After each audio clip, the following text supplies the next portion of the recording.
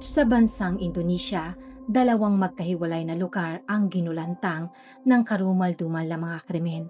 Dalawang babaeng parehong nagmahal, parehong nagtiwala, ngunit parehong nasawi sa kamay ng mga lalaking minsang nangakong mamahalin sila habang buhay. Ang mga kasong ito ay hindi kathang-isip. Ito ay mga tunay na pangyayaring tumatak sa mamamayan ng Indonesia at naging babala sa kung paanong ang pagmamahal na puno ng selos, kontrol at galit ay kayang magbabago ng isang tao. Ngayong gabi, ating balikan ang dalawang kwento ng mga kababaihang naging biktima ng maling pag-ibig. Ang kaso ni Maya Shuhumbing at Irma Nobisitari. Ako si Miss Denise at welcome sa Tagalog Crime Recollection, kung saan bibigyan ko ng boses ang mga katotohanang hindi dapat malimot. Kung gusto niyo po ang mga ganitong content, i-like niyo na po ang video ito, mag-subscribe na rin po kayo at i-click niyo na rin po ang notification bell para updated po kayo sa aking mga susunod na kwento. Ito lamang June 21 taong 2025, Sabado ng gabi, nang gulantangin ng isang nakakagimbal na balita ang syudad ng Permantang Siantar sa bansang Indonesia.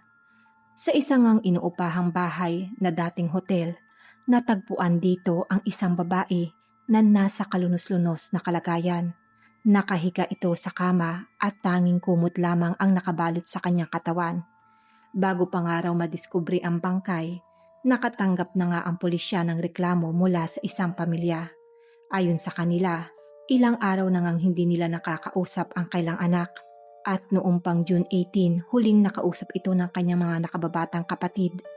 3 araw na nga ang lumipas at wala pa rin silang natatanggap na balita mula sa kanya.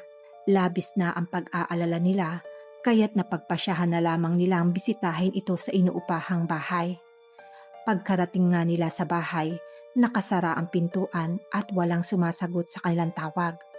Nang pilitin nilang buksan ang pinto, ikinagulat nila ang mga sumunod na pangyayari. Dahil may isang kahina-hinalang lalaki ang kumaripas ng takbo nang makita sila. Nakaramdam nga ang pamilya na may mali, kaya't agad na hinabol nila ang lalaki at agad itong idinala sa mga otoridad. Kalaunan, nakilala ang lalaking iyon bilang si Johan Sitoros, ang kasintahan ng kailang anak. Sa una, inakala ng pamilya na umalis lamang ang biktima dahil nga nakalak ang pinto ng inuupahan nito. Iminungkahi naman ng pulisya na magsampal muna sila ng missing person report habang patuloy ang pag-iimbestiga. Subalit kinabukasan, nakatanggap sila ng isang ulat mula sa mga kapitbahay na may umaalingasaw na mabahong amoy mula sa bahay ng kailang anak. Amoy raw itong nabubulok na hayop na may halong gamot. Nang marinig ang balitang ito, mabilis nga silang bumalik sa inuupahan nitong bahay. Nakiusap na rin sila sa gwardya upang sa pilitang buksan ang pintuan. Nang tuluyan na nga mabuksan ang kwarto, dito na bumungat sa kanila ang katawan ni Juliana o Maya Shuhumbing. Siya ay 28 years old na mga panahong iyon. Agad nga nila itong iniulat sa pulisya at mabilis na ipinadala sa ospital ang bangkay nito para sa autopsy upang malaman ang sanhi ng pagkamatay ng biktima.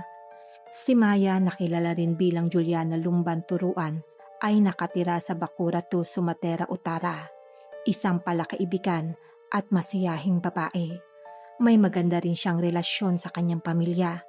7 taon na nga silang magkasintahan ni Johan Sitoros na 30 years old na mga panahong iyon. Sa una raw, puno ng pagmamahalan ang kailang relasyon. Tila ba wala na nga makapaghihiwalay sa kanila. Dito na nga sila nagdesisyon na magsama sa isang bubong. Ngunit sa likod nga ng mga ngiti, nagsimula ng mabuo ang selos, takot at labis na pagmamanipula. Si Johan ay naging labis na possessive sa kanyang nobya. Sa tuwing may nakakausap si Maya na ibang lalaki, kaibigan man niya ito o hindi, agad na nga siyang nagsiselos. Kahit simpleng mensahe lang sa telepono, binibigyan niya na ito na masamang kahulugan. Noong June 18 taong 2025, ito ang huling araw na nakausap ni Maya ang kanyang kapatid tungkol sa pag-aaral nito. Mabuti pa nga ang naging usapan nila hanggang sa gabi bago tuluyang maputol ang kailang komunikasyon. Ayon sa pag-amin ni Johan, pagkalipas nga lang ng isang araw noong June 19, dakong 4:30 ng hapon, habang magkasama nga sila ng kanyang kasintahang si Maya, nakatanggap raw ito ng mensahe sa kanyang WhatsApp. Wala namang masamang nilalaman ang mensahe, ngunit dahil nga may heart emoji sa dulo, bigla niya raw itong ikinapundi. Nagalit nga siya at pagalit na sinabi sa kanyang nobya, "Tapatin mo ako, Maya. Ilang beses mo nang nakasiping ang lalaking yan." Nagulat nga raw si Maya sa kanyang binitiwang salita. Sinabi ni Maya na hindi niya man kailanman niloko ang kasintahan. Sa loob nga ng 7 taon, mas pinili niya nga makasama si Johan at lumayo sa pamilya upang mapatunayan lamang sa kasintahan ang pagmamahal niya rito. Sa halip nga na matauhan si Johan, mas lalo lamang uminit ang kanyang ulo. Para nga kay Johan, tila hamon ang bawat salitang naririnig kay Maya. Sa tindi ng kanyang galit na nararamdaman, hindi niya na nga napigilan ang sarili. Mabilis niya ngang kinuha ang isang screwdriver na nakalagay sa kailang bintana at walang hapas na isitak niya ito sa liig ni Maya. Sinubukan ngang lumaban ni Maya, ngunit dahil sa mga sugat, unti-unti na rin siyang nawala ng lakas. Hindi pa nga doon nagtapos, sinaktan nga ni Johan ang nobya hanggang tuluyan na itong mawala ng buhay. Sa mga huling sandali nga ng kanyang hininga, mahina pa raw nasambit ni Maya ang salitang, "Hanggang kailan kita dapat mahalin, Johan?" Matapos ang nagawang krimen, binalot si Johan ng matinding takot at pagsisisi. Ayon sa kanyang pahayag, natulala siya sa pagkamatay ni Maya. Pero agad din naman siyang bumalik sa kanyang ulirat at dito niya na nga nilinis ang mga dugo sa sahig, pinalitan ang damit ng biktima at inihiga ito sa kanilang kama na parang natutulog lang. Itinapon niya rin ang screwdriver at nilagyan pa ng make-up ang mukha ng kanyang nobya, animoy buhay pa. Sa loob ng 3 araw, nanatili siya sa bahay kasama ang naaagnas na bangkay ni Maya. Araw-araw niya pa raw itong tinititikan, kinakausap at minsan inaalog na para bang gigising itong muli. Gumamit rin siya ng aromatherapy upang itago ang amoy ng bangkay, ngunit kalaunan lumaganap din nga ang masangsang na amoy sa buong bahay. Hindi nga lubos maisip ng mga otoridad kung paanong kinaya ni Johan na matulog pa katabi ang kanyang patay na nobya sa loob ng 3 araw. Ayon rin sa pag-amin ni Johan, gabi-gabi niya ngang hinihiling na sana'y magising pa ang kasintahan at madalas niya rin daw naririnig ang tinig nga ni Maya. Ngunit ang mga iyon ay imahinasyon lamang, bunga na matinding pagsisisi. Nang tuluyan na nga siyang mahuli ng pulis, dito niya na nga inamin ang lahat at sinabing labis siyang nasisisi sa kanyang ginawa sa kasintahan. Sa kasalukuyan, si Johan Sitoros ay nahaharap sa patong-patong na kaso at posibleng makulong ng hindi bababa sa 20 taon. Ang ikalawang kwentong ating tatalakayin ay nagmula rin sa bansang Indonesia. Isang babaeng natagpo ang nakalibing sa isang hardin sa Kampung Babakan, Kabupaten Bandung. Ang biktima ay kinilalang si Irma Novisitari. Siya ay inilarawang tahimik at mahiyaing dalaga. Ngunit sa labas ng kailang tahanan, kilala siya bilang magalang, palakaibigan at madaling lapitan ng mga tao. Si Irma ay bunso sa 3 magkakapatid.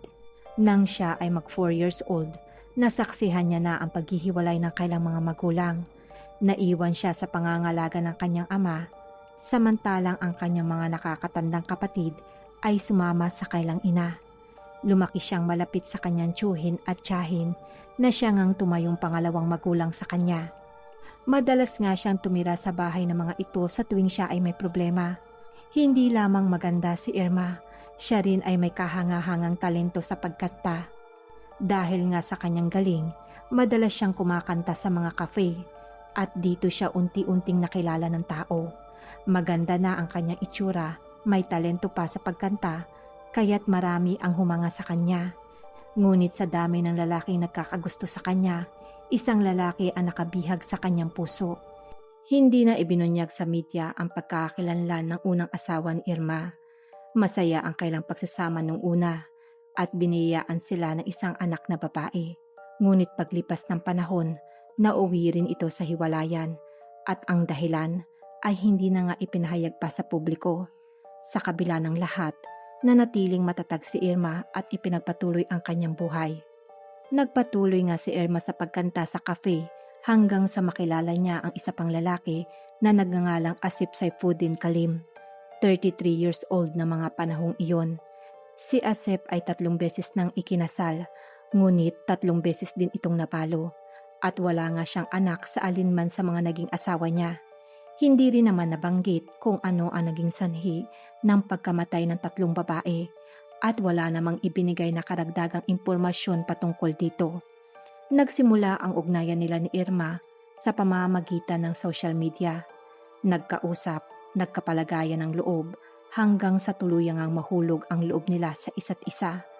Kahit nasa proseso pa si Irma ng pagdidiborsyo, hindi iyon naging hadlang kay Asif.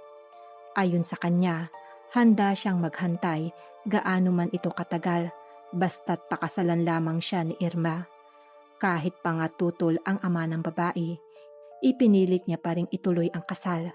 Binalaan ng ama si Irma na mag-ingat sa magiging desisyon niya, ngunit hindi rin ito pinakinggan ng anak dahil buo na nga ang plano nila ni Asif.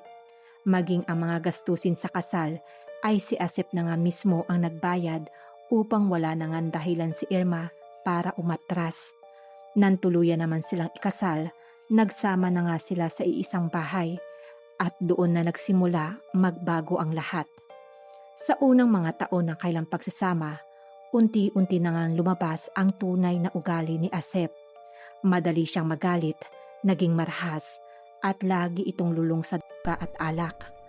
Madalas din siyang makipag-inuman sa kanyang mga kaibigan.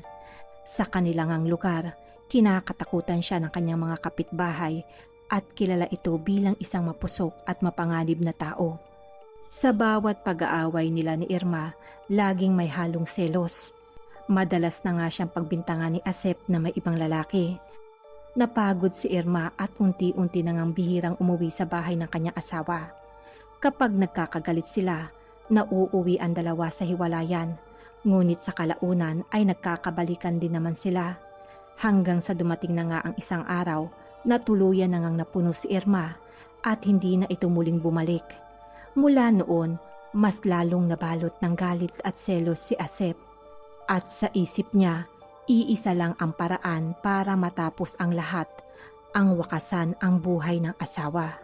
Noong December taong 2023, nagsimula na nga maghanap si Asif ng taong papatay kay Irma.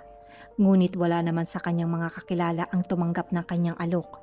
Sa halip na sumuko, siya mismo ang nagplano ng pagpatay. Tinawagan niya si Irma at hiniling na mag-usap sila upang ayusin ang kailang relasyon.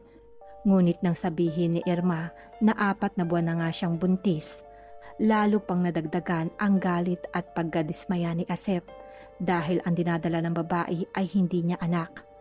Isang gabi, inimbitahan niya ang 2 kaibigan sina Usman at Abdul. Habang nag-iinuman, sinabi niya sa mga ito na balak niya ngang patayin si Irma gamit ang isang matalim na machete na kanyang inihanda. Sinabi niya rin na nakahukay na nga siya ng libingan nito sa likod ng bahay at doon niya planong ibaon ang katawan ng asawa.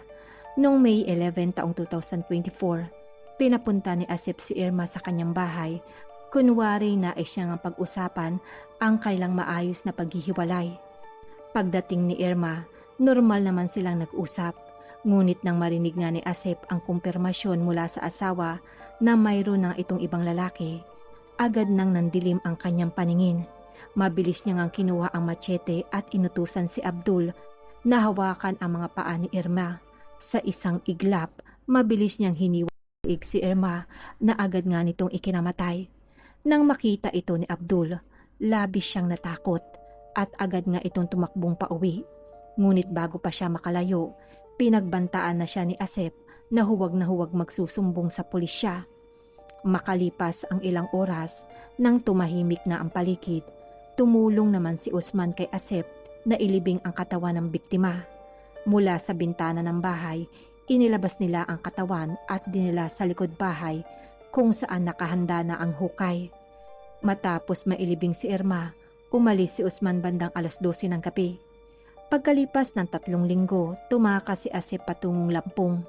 Ngunit bago siya tuluyang umalis, nagsimula siyang magpadala ng mga mensahe sa kapatid ni Irma. Isang mensahe na nagpagulo sa lahat. "Kuya, pinapaubaya ko na kay ate ang pangangalaga sa aming anak." Nang mabasa ito ng pamilya ni Irma, nagtaka sila at sinubukang kontakin siya, ngunit hindi na ito sumasagot. Tinawagan naman nila si Asep at sinabi lamang nitong iniwan na nga daw siya ng kanyang asawa habang sila ay nagbabakasyon. Pinayuhan niya pa ang pamilya ni Irma na i-report na lamang kung nais nilang ipamising ito. Makalipas ang ilang buwan, nakatanggap ng mensahe ang pamilya ni Irma sa hindi kilalang numero na sinasabing si Irma ay pinatay. Ngunit dahil wala ngang pruweba, hindi nila agad ito pinaniwalaan. Nang sumapit ang July 28, taong 2024, isang lalaki ang lumapit sa pamilya at ibinunyag nga ang lahat. Ang lalaki ay kinilalang si Ike. Ayon nga sa kanya, isa siya sa mga tumulong na sirain ang mga ebidensya ng krimen. Kinain na nga siya ng labis na konsensya kung kaya't naisip niya na umamin na nga sa kanyang partisipasyon sa krimen. Mabilis namang nagsagawa ng operasyon ang mga otoridad. Sa bahay ni Asep, dito nakita ang bakanting hardin sa likod. May 10 metro lamang ang layo. Doon hinukay nga ng mga pulis ang labi ni Irma na nakabaon na 7 buwan na ang nakararaan. Agad naman itong ipinadala sa autopsy at sinuri ang mga ebidensya. Pagkatapos nito, mabilis na inaresto si Asep kasama ang kanyang mga kaibigang si Usman, Abdul at Ike.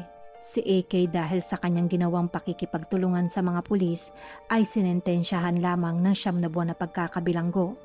Habang sina Asep at ang dalawa niya pang kaibigan ay posibleng maharap sa habang buhay na pagkakakulong. Labis naman ang galit at lungkot na naramdaman ng pamilya ni Irma. Nang mabatid ang buong katotohanan, ang ilan sa kanila ay halos gibain ang bahay ni Asep sa sobrang galit. Kahit ang dating asawa ni Irma ay dumalo at sumigaw ng hustisya. Para sa kanila, ang buhay na kinuha ay dapat tumbasan din ng buhay. 2 babae, 2 trahedya, magkaibang kwento, ngunit iisang aral. Ang pag-ibig na nasasakal ng selos at kontrol ay unti-unting nagiging lason. Si Maya at Irma ay parehong nagmahal ng tapat, ngunit kapwa naging biktima ng mga lalaking hindi marunong magtiwala. Ang kanilang mga kwento ay patunay na ang pag-ibig kapag hindi na balanse ay nagiging mapanganib, mula sa matamis na pangako na uwi sa sakit, sa luha at sa kamatayan. Ang mga katulad ni Johan at Asep ay nagpapatunay kung paano kadaling magbago ang tao kapag pinagharian na ng galit at pagkahumaling. Sa bawat selos na hindi makontrol, sa bawat galit na hindi mapigilan, may mga buhay na tuluyang nawawasak. At sa likod ng mga krimeng ito, nananatiling sigaw ng mga pamilya ang hustisya. Hustisyang sana'y hindi na kailangang ipaglaban kung ang pagmamahal ay ginamit sa tama.